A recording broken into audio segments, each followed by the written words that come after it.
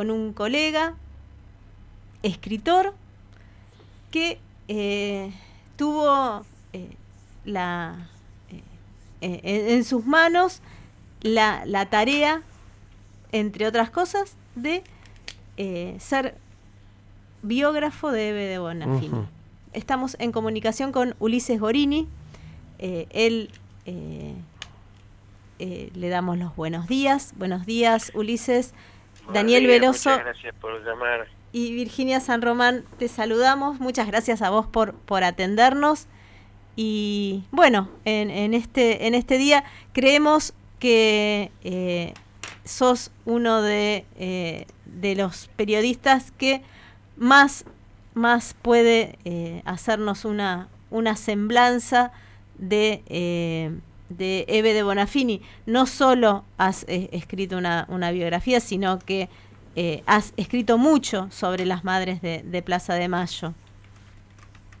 Sí, es cierto. Hace muchos años que empecé a trabajar en la historia de las madres, en el movimiento social de las madres, en todas sus expresiones.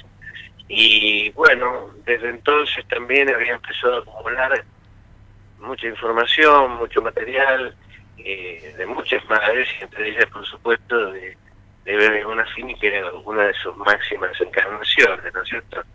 Entonces, en los últimos años, ya habiendo acabado de trabajar en la historia del movimiento, me pareció importante abordar la biografía de ella en un sentido complejo, no simplemente como un periplo vital, sino un inscripto en la historia de las madres y a su vez en la historia del país. Esto es lo que intentamos hacer.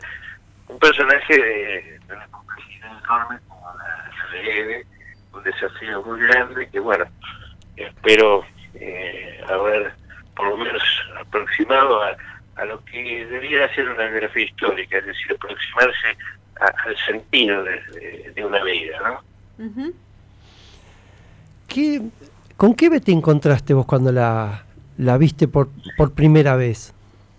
Mira, yo la vi por primera vez en septiembre del 82, me acuerdo muy bien del momento, porque, bueno, por un lado estábamos después de la guerra de Malvinas, de la derrota, y había ocurrido un episodio en relación a una periodista que me había llamado la atención, y como yo, la periodista, fui a recabar la opinión de Ebe a la plaza, ¿no? Uh-huh.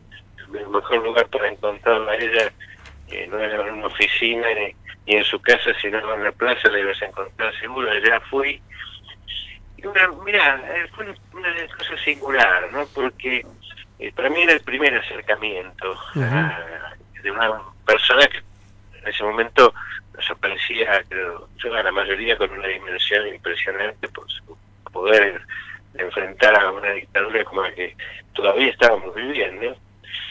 Y me puse un poco desde afuera de la ronda que ellos hacían en torno a la pirámide, que aún no lo hacen, y empecé a observar. Primero la busqué con la mirada, la acepté, y veía una expresión bastante exultante de ella, como te diría que hasta alegre, o sea que me extrañó, porque bueno, yo me acercaba de un modo, si querés, dramático, ¿no? A su historia, a la historia de las madres, a los desaparecidos, y era como un contraste entre lo que yo sentía y esa expresión así un poco alegre, dinámica, muy activa, hiperactiva, te diría, ¿no?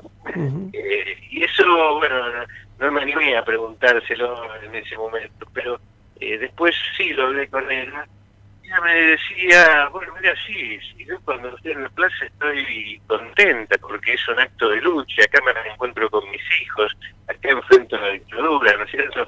Y entonces, ¿cómo no voy a estar alegre de esto? Estuve triste cuando me arrancaron a mis hijos, cuando pude salir de mi tristeza y empecé a luchar, ahí tengo la alegría de estar haciendo lo que estoy haciendo, ¿no? Uh-huh. Frente a la tragedia.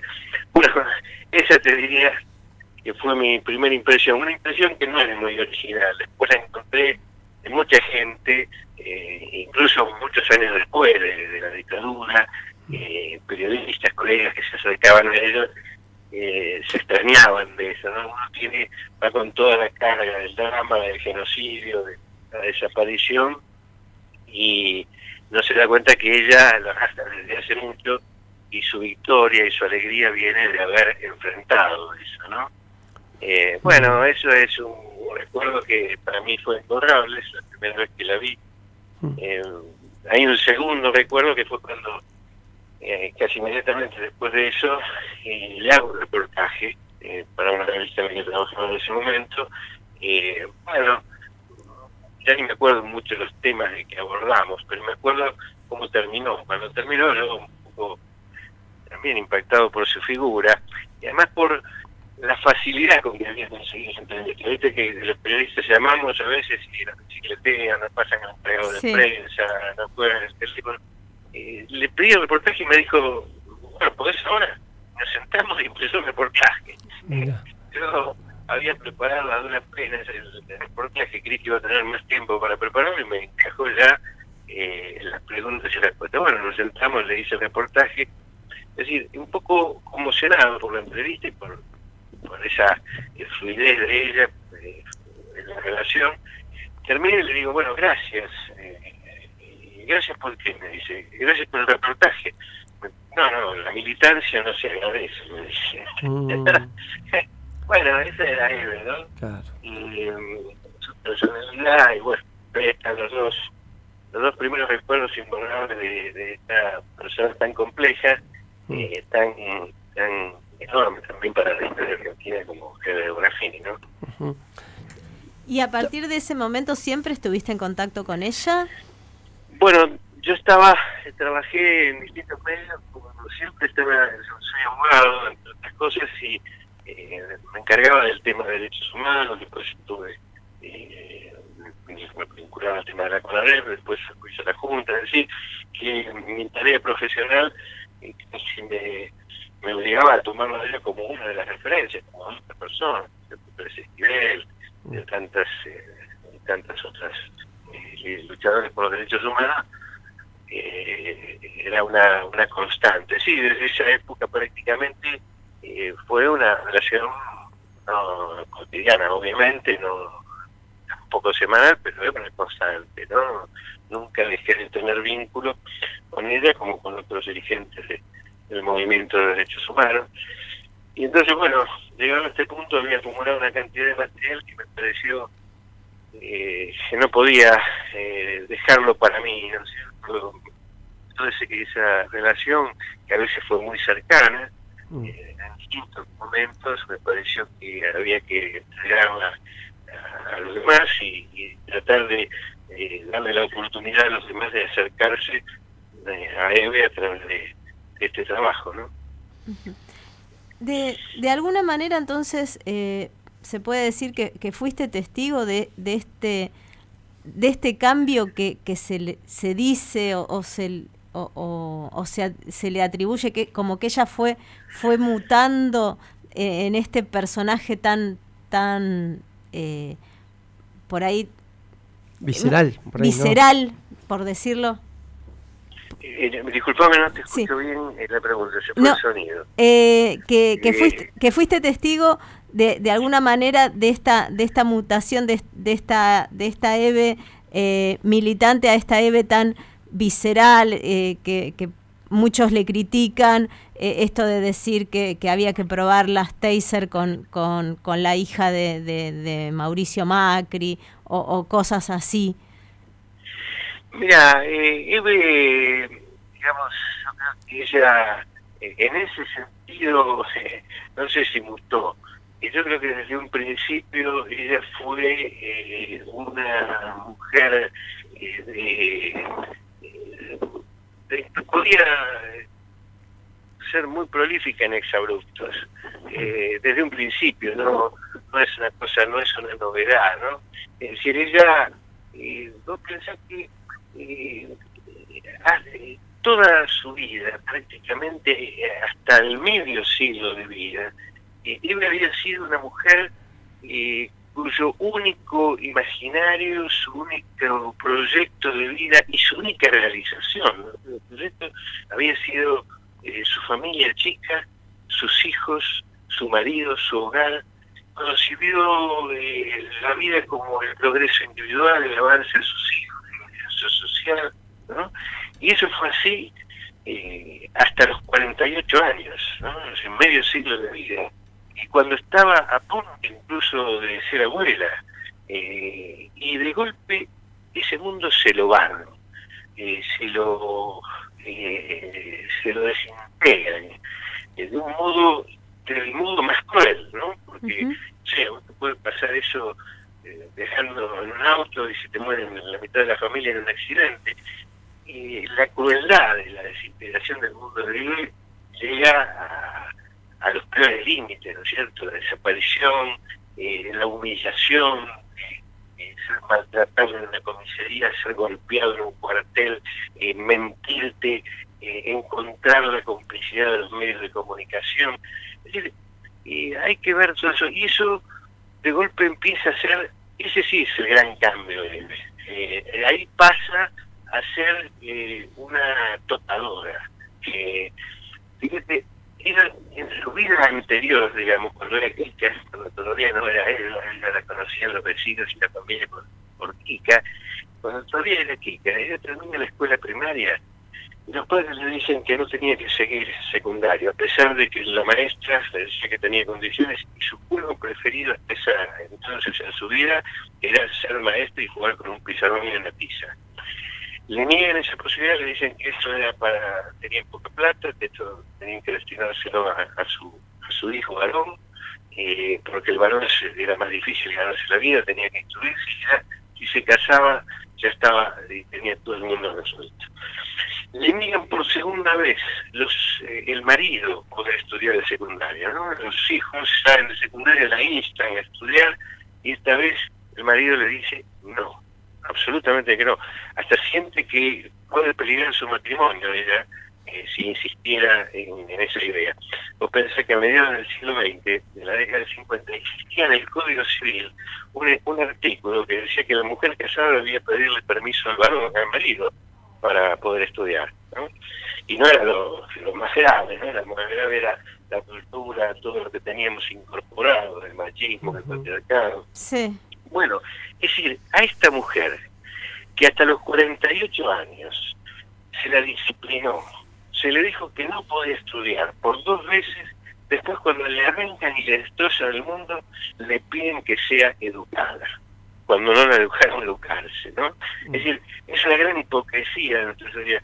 Lo primero que tenemos que preguntarnos, y lo que yo traté de responder en la biografía es, ¿qué sociedad somos para producir las madres de Plaza de Mayo, para tener que dejar en manos de unas mujeres la mayor resistencia a un genocidio y a una masacre como la que vivimos, ¿no es cierto? Porque, a ver, la desaparición forzada de personas, que entonces no tenía nombre, tiene nombre a partir de las madres de Plaza de Mayo, aquí en la Argentina y en el mundo, y no era la primera vez que se usaba el arma, se había usado en la década del 50 en el norte de África por el ejército francés, se había utilizado en Guatemala en la década del 60, no se sabía ni le había puesto nombre a la desaparición forzada de personas, son las madres. Bueno, ahora, ¿qué era esta arma de la desaparición forzada de personas? Era un arma política para eliminar a la oposición política. Era un arma política con un blanco político y con objetivos políticos. ¿Quién respondió frente a esta arma? ¿Los políticos? ¿El sistema político? ¿La sociedad argentina? No, mujeres, madres, que no tenían antecedentes en la política. Entonces, es esta sociedad la que tiene que hacerse cargo de lo que pasó y de cómo respondió y cómo lo respondió. Entonces ahora decimos, sí, los exabruptos de mirá, no viene de la tradición revolucionaria ilustrada de la Revolución Francesa, ni de la de octubre, ni de no, dice barbaridades. Y los que saben hablar, los políticamente correctos, ¿qué dijeron frente al genocidio? ¿Qué dijeron frente a la dictadura? Entonces, es en ese marco de esa complejidad, sin acusar, todavía, sin acusar a nadie. Digo, hagámonos cargo de ese análisis, de esa complejidad, porque cuando vos ves que diarios como La Nación, que apoyaron el genocidio, se llenan la boca de los exabruptos de él, vos decís, pero no son estos los que pueden señalar con el dedo acusador, ¿no es cierto? Entonces, esa es la concepción mía sobre estas cosas. Y esto no la perdona a Eve de nada, tampoco tengo por qué perdonarla, pero no disculpo sus exabruptos ni sus equívocos en ese sentido, pero hay que inscribirlos en este proceso. Sí, contextualizarlos. Claro, porque me preocupa más los que cayeron frente al genocidio que los que se les escapó una mala palabra. Hay algo parecido al liderazgo de Maradona, un rebelde plebeyo que no tuvo la oportunidad de incorporar la tradición ilustrada de muchos políticos democráticos, sinceramente democráticos, los que salieron a la cancha a pelear con lo que tenían, con lo que sabían, y no pidieron permiso porque ya no podían permiso para buscar a sus hijos ni para enfrentar una dictadura, ni tenían tiempo de aprender nada. Seguro, todos, creo que todos valoramos eso, que fueron las únicas mujeres que enfrentaron a una dictadura genocida, que lamentablemente nos hizo conocer por eso en todo el mundo, ¿no? Esa vergüenza de violación a los derechos humanos y fueron ellas solas las que salieron a la calle, y yo digo, había que tener en ese momento el valor que ellas tuvieron, que eso es insuperable en todo lo que es la defensa y la lucha por los derechos humanos, ¿no? Tal vez lo que por ahí a veces a nuestra generación, por ahí nos hace un poco ruido, que cuando uno dice, bueno, ella era defensora de derechos humanos, por ahí no podíamos pedir que ella salga a por ahí un discurso de decir, bueno, vayamos y eso está bien muerto, eso hay que matarlos, o eso hay que salir a quemar los campos. Por ahí, pero vos fijate una cosa, ¿no? Más allá de cierta violencia verbal, lo podés encontrar en YouTube, ¿no? Hay el último discurso de Eve bajo la dictadura, la última marcha bajo la dictadura, ¿no? Las marchas continuaron hasta el día de hoy, pero la última marcha es una marcha bastante numerosa porque, bueno, claro, faltaban 2 días para que asuma el concilio, había ganado el concilio, se recuperaba el marco constitucional, y bueno, va mucha, aparte de las madres, de familiares, de dirigentes de derechos humanos, va mucha militancia política, y hay un grupo de jóvenes que cuando él habla de los represores, de los asesinos, empieza a gritar paredón, paredón, y él los hace callar. Los hace callar y dice, las madres nunca pedimos pena de muerte. El mejor paredón es la cárcel. Entonces, es muy importante. Y eso en realidad no lo cambió nunca ella. Nunca llamó a la venganza ni al asesinato. Vos fíjate que las madres van a la plaza, hacen esa marcha con sus pañuelos blancos, y no tienen nada que ver con los que llevaron orcas y guillotinas para hacer la movilización. No vas a poder ni por error encontrarlas en un gesto así, que ha ocurrido ahora, no ocurrió hace 40 años en plena dictadura. Entonces, hay que ver cómo, por ejemplo, hace 3 años atrás en el exterior, había sido invitado por el Parlamento Europeo a una reunión de derechos humanos, ¿no? Y había gente de todos los partidos, incluso te diría que hoy en el Parlamento Europeo ya desde entonces había una amplia mayoría de sectores de derecha y algunos grupos de ultraderecha también, pero hablo más bien de la derecha, porque la ultraderecha eso sí que tiene exabruptos, y ya lo vemos en la Argentina. Bueno, se sorprendían y cuando escuchaban ciertas expresiones de Eve, se sonreían, porque está bien, no hacen el escarnio que hacen aquí en Argentina ciertos medios de comunicación, que no es casual, porque la cuenta que le pasan a Eve no es la cuenta de esos exabruptos, es la cuenta de ese valor simbólico que se engendró bajo la resistencia a la dictadura, que se puso en valor en todo el proceso constitucional posterior. Porque, por ejemplo, en esta película de Argentina de 1985, hay que decir algo, si hubo juicio, en primer lugar fue por las Madres del Plaza de Mayo y su máxima encarnación, Nieves Bonafini. Entonces, esos juicios aumentaron lo mejor de nuestros procesos constitucionales hasta la actualidad, como la CONADEM, es decir. Entonces, esa es la dirección principal que asumió Eve, ¿no? Esto no es un libro de contabilidad donde vos pones un débito a ver todas las virtudes, todos los errores y a ver qué lo suma más. Hay que ver, yo te decía al principio, cuando me preguntaban, la idea de una biografía es encontrar el sentido principal de una vida, ¿no? Y por supuesto también los sentidos secundarios, pero el sentido principal de la vida de Eve no ha sido la venganza ni el odio, más allá de estas expresiones plebeyas de ella, de esta mujer que viene de donde viene, en el marco de los políticos que tuvimos en su momento, ¿no? Vos fíjate, no sé, estoy quizás hablando demasiado y no sé cuánto tiempo les voy a ocupar, pero les digo esto último. El 24 de marzo de 1977, primer aniversario del golpe de Estado, un año de dictadura.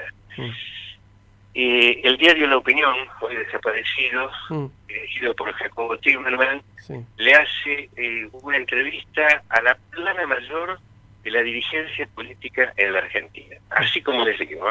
Están entrevistados en ese suplemento de Olindo Vittel, que era por entonces vicepresidente del Partido Justicialista. Estaba Federico Ángel Muledo, que había sido ministro de Defensa del gobierno de Isabel Perón, depuesto hace un año, lo entrevistan. Estaba Raúl Alfonsín, estaba Oscar Allende del Partido Intransigente, estaba Fernando Nala del Partido Comunista, un expresidente como Arturo Frondizi, su colega, correligionario Frigerio. Les estoy hablando de todos esos políticos que están entrevistados para hacer un balance del primer año. No estaban en la clandestinidad, no estaban perseguidos, opinaron sobre todo política internacional, política económica, criticaron las vísperas del Mundial de Fútbol del 78, que era un gasto. No hay una palabra sobre la desaparición forzada de personas. No hay una palabra. Unos días antes de que las madres se instalaran por primera vez en la Plaza de Mayo, el mismo día que Rodolfo Walsh escribe la carta a la Junta de Denunciación de Genocidio. Esos son los políticos que hoy le piden corrección política a Bonafini. Esa es la tradición política que hoy le exige, esos son los medios de comunicación que callaron el genocidio. Entonces, hay que escribir la Eve en eso, hay que ver ese sentido y preguntarnos qué sociedad somos entonces. Seguro, sin duda nos quedamos con esa Eve, sin duda, y desde ya aprovechamos, Ulises, nosotros, Virginia, nosotros repudiamos todos esos mensajes terribles de odio que hubo desde que falleció Eve Bonafini hasta ahora, esos mensajes de odio que siguen circulando en las redes, la gente que se suma. Eso sí, no se puede permitir. Una muerte nunca debe ser celebrada. Sí, nunca. Es un mensaje increíble, ¿no? Que se festeje de esa manera. En los medios de comunicación, lo estamos viendo también. Podemos estar. Ustedes saben que Eve siguió recibiendo mensajes de amenaza en su teléfono y en su casa hasta hace un mes. Que no cesaban las amenazas en ningún momento, ni bajo la dictadura, ni bajo la... Ella ya ni los denunciaba. Tenía que cambiar de celulares a cada rato porque ya no era por no recibir esas amenazas, sino porque no la dejaban hablar. Todos los días, en los últimos 3 meses, a las 7 de la tarde había llamado amenazante al celular de Bonafini. A los 93 años. Digo por estos mensajes de odio que no eran solamente circulación en las redes, sino que llegaban hasta la puerta de la casa, hasta sus oídos, a un hombre a los 93 años. Y bueno, esto es lo que estamos en una situación muy compleja como país, ¿no? Muy terrible. Muy terrible.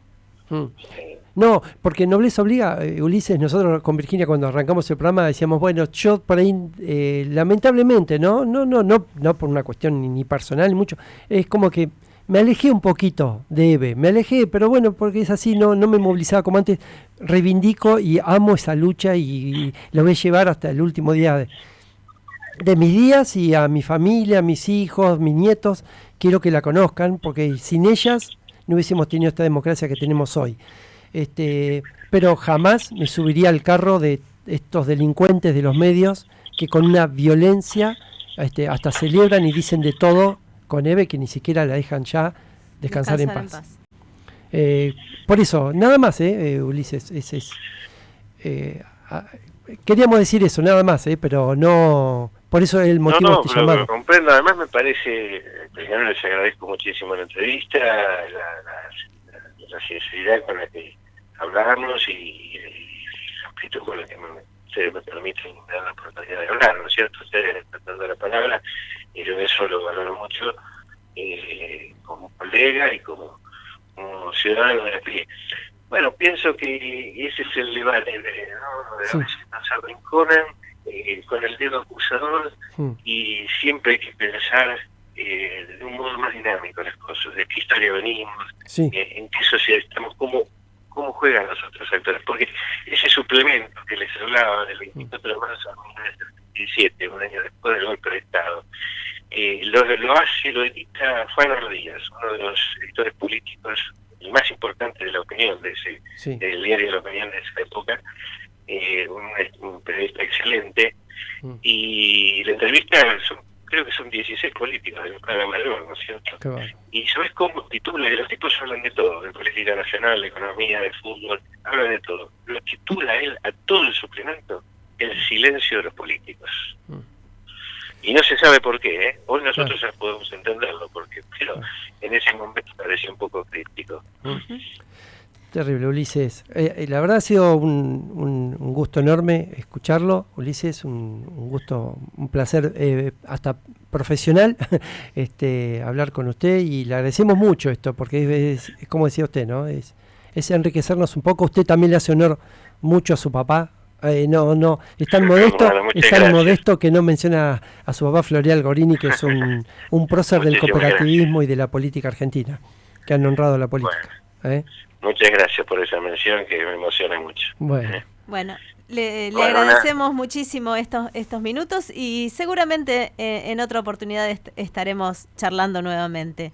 Con todo placer, y muchas gracias por la entrevista. Por favor. Abrazo a los dos. Igualmente. Igualmente, muchas gracias.